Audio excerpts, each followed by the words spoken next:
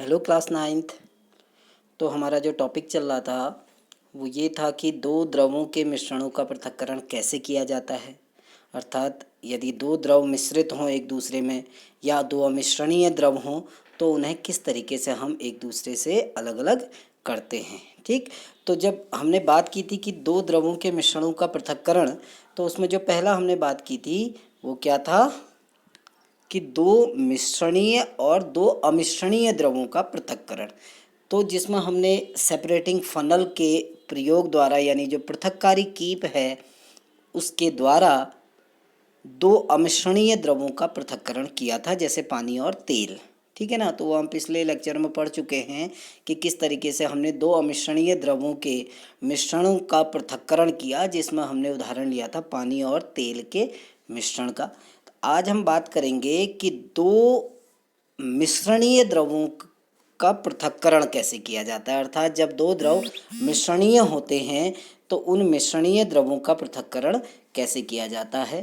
तो यदि दो द्रव एक दूसरे में मिश्रित हो जाते हैं और उनके क्वथनांकों में भिन्नता होती है तो उसे प्रभाजी आसवन द्वारा पृथक्करण करते हैं, जिसके बारे में आज हम बात करने वाले हैं। सेपरेशन बाय फ्रैक्शनल डिस्टिलेशन यानी प्रभाजी आसवन द्वारा पृथक्करण। ठीक, तो प्रभाजी आसवन द्वारा हम उन द्रवों के मिश्रणों का पृथक्करण करते हैं जो एक दूसरे में मिश्रित हो जाते हैं। ठीक है ना, और भिन्न भिन्न ताप पर उबलते हैं। दो अमिश्रणीय द्रवों का मिश्रण प्रभाजी आसवन द्वारा पृथक किया जाता है। प्रभाजी आसवन द्वारा दो द्रवों का पृथक्करण उनके क्वथनांकों की भिन्नता पर निर्भर करता है कि उनके क्वथनांकों में कितना अंतर उपस्थित है। ठीक, इससे पहले हमने साधारण आसवन के बारे में बात की थी। तो साधारण आसवन और प्रभाजी आसवन लगभग एक जैसे हैं। प्रभाजी आसवन में केवल एक अतिरिक्त उपकरण और लगा रहता है जो साधारण आसवन में उपस्थित नहीं होता है। इस जो अतिरिक्त उपकरण है इसको कहते हैं फ्रैक्शनल कॉलम या जिसको नाम दिया जाता है प्रभाजी स्तंभ। आपको चित्र में दिख रहा है कि जो आसवन फ्लास्क है उस आसवन फ्लास्क के ऊपर जो कॉलम लगा हुआ है उसको प्रभाजी स्तंभ कहा जाता है, जिसमें कांच के मनके भरे रहते हैं, छोटे छोटे कांच के टुकड़े भरे रहते हैं। ठीक है ना, तो ऊपर क्या लिखा है मैं पढ़ रहा हूँ, देखो सेकंड पैरा।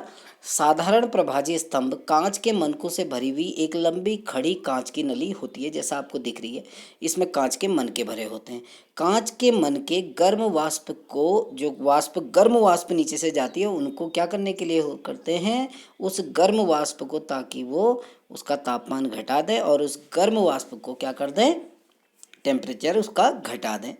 ठीक है ना, तो जो कांच के मनके हैं उनका काम ही यही होता है कि गर्म वाष्प को ठंडा होने के लिए एक बड़ा पृष्ठीय क्षेत्रफल प्रदान करते हैं तथा बारंबार संघनित करते रहते हैं। यानी संघनित यानी उसको वाष्प को द्रव में बदलते रहते हैं।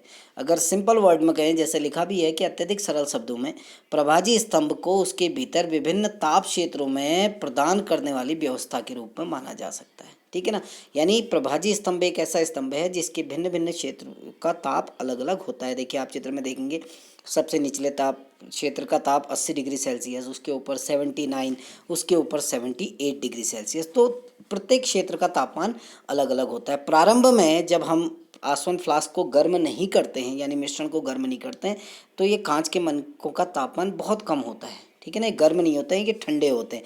लेकिन जैसे जैसे पानी और जो भी पदार्थ है उसकी वाष्प जब इनसे टकराती है तो ये कांच के मनके क्या होने लगते हैं, गर्म होने लगते हैं। ठीक, तो एक उदाहरण यहाँ पर दिया है कि अल्कोहल और जल के मिश्रण का पृथक्करण प्रभाजी आसवन द्वारा कैसे करते हैं। देखिए, अल्कोहल और जल मिश्रणीय द्रव हैं। आपको पहले भी कहा गया है कि जो अल्कोहल है वो जल में आसानी से मिश्रित हो जाता है। अल्कोहल का क्वथनांक 78 डिग्री सेल्सियस होता है, जबकि जल का क्वथनांक आपको पता है कि 100 डिग्री सेल्सियस होता है। यानी पानी 100 डिग्री सेल्सियस में भाप पर बदलता है और अल्कोहल 78 डिग्री सेल्सियस में वाष्प में बदलने लगता है। अल्कोहल और जल के क्वथनांक क्या हैं, अलग अलग हैं।